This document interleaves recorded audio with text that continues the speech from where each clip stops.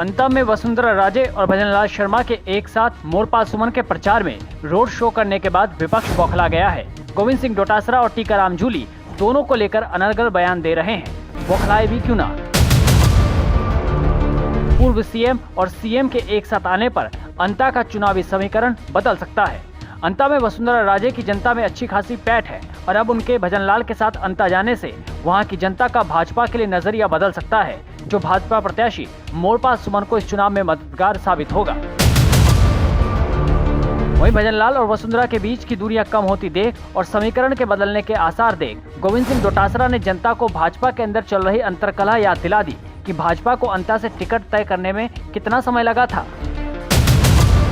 अंता के अंदर जिस प्रकार से बीजेपी की अंतर्कलह जो आई है, सामने आई है, वो तो सबको बड़ी हैरान करने वाली है कि मुख्यमंत्री और पूर्व मुख्यमंत्री 10 दिन तक तो टिकट ही तय नहीं कर पाए और अभी मुख्यमंत्री जा नहीं पाए, बिना वसुंधरा जी के वो वहां पर जा नहीं पाए।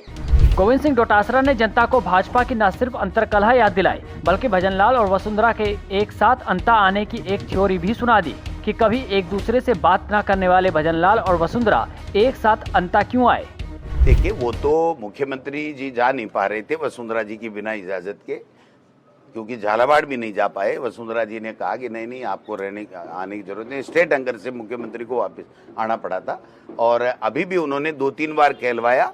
मेरे पास भी सूचना थी 3 को मुख्यमंत्री जी का प्रोग्राम बन रहा है, 4 को बन रहा है, लेकिन मैडम ने कहा आप मस्त रहो और मैं अपने आप देख लूंगी और क्या होना क्या नहीं होना। उनको पता है, वसुंधरा जी को पता है कि 2 साल में कुछ हुआ नहीं तो जीत तो रहा नहीं है और मुख्यमंत्री जो है मेरी परमिशन के बगैर कोटा 12 अड़ोती में कैसे जा सकता है, तो फिर एक साथ बना करके एक संदेश देने के लिए गए हैं।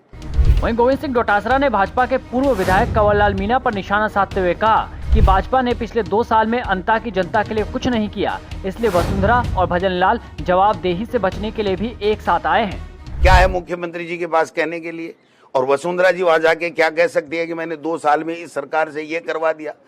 वो तो वहां के लोग तो उनको मुख्यमंत्री माने बैठे थे कि साहब मुख्यमंत्री के रूप में आपको वोट दिया था और सरकार हमने बना दी और आप मुख्यमंत्री बनी नहीं, आपकी चल नहीं रही है, कलेक्टर एसपी भी कोई बात मानता नहीं है, तो मुख्यमंत्री जी उनकी वसुंधरा जी की भी नहीं बात मान सकते। और मुख्यमंत्री जी ने किया ही नहीं, आज तक कभी गए ही नहीं।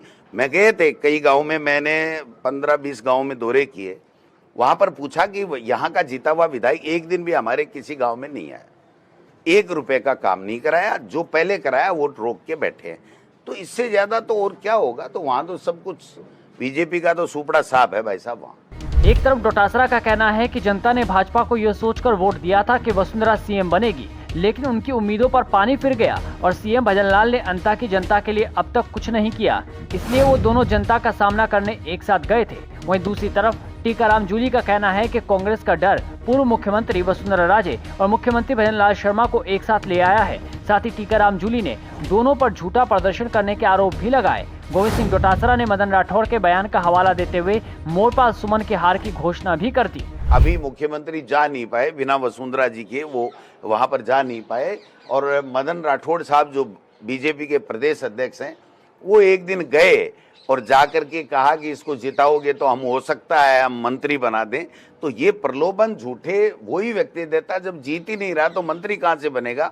और आपने करणपुर में पहले शपथ भी दिलाई थी, अग्निवीर मंत्री बना करके आपने छोड़ दिया, वो बेचारे का कैरियर हमेशा के लिए तबाह कर दिया। और वहां जाकर के ये कहने का मतलब है कि उन्होंने अपनी हार स्वीकार कर ली है।